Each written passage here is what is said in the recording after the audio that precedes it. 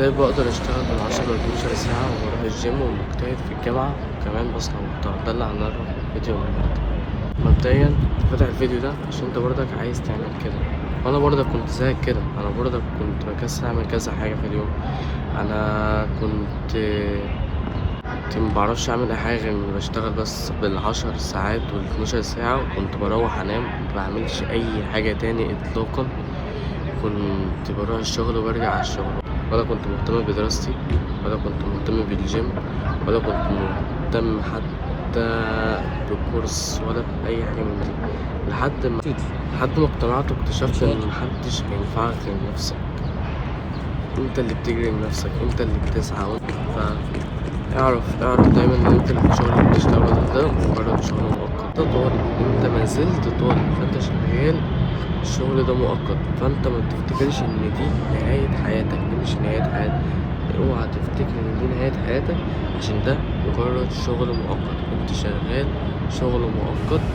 بنسأل نفسنا كتير بس هل انا في ايدي امشي واسيب الشغل؟ بص، اغلبية حبه، بس ممكن يكون عليا مسؤوليات، ممكن يكون عليا جمعية، ممكن يكون ما برضوش اخد مصاريف او اتقل على اهلي. فانا عايز اصرف على نفسي عشان اهلي مش هيعرفوا يدوني المصاريف اللي انا بصرفها.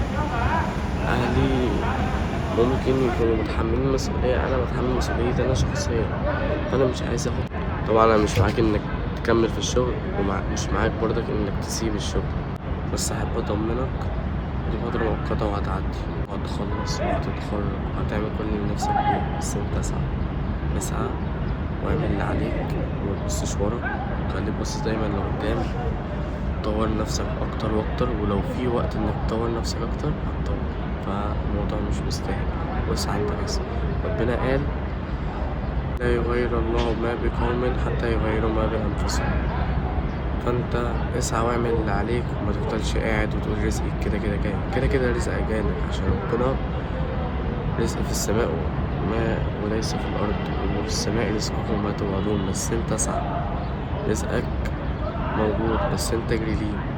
ربنا قال لنا حقق كل احلامك، بشرط واحد بس، هو الاجتهاد. فاجتهد واعمل اللي عليك واسعى،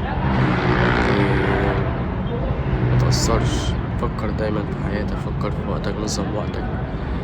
خلص شغلك، انزل الجيم في وقت، انزل الجيم. خلص الجيم، دوس على نفسك. لو هتقرا كتاب في اليوم، لو في كورس قدامك تقدر تاخده، لو انت بتعرف تعمل مونتاج وتقدر. ممكن اكون بمنتج من على التليفون، وهحاول امنتج النهارده الاول فيديو ليا. فيا رب الفيديو يكون عجبكم. اسعى، ودايما زي ما بقولك اسعى وربنا هيكرمك. اسعى ربنا هيكرمك. صلي على النبي. يا رب الفيديو يكون عجبكم. ان شاء الله اشوفكم الفيديو الجاي. سلام.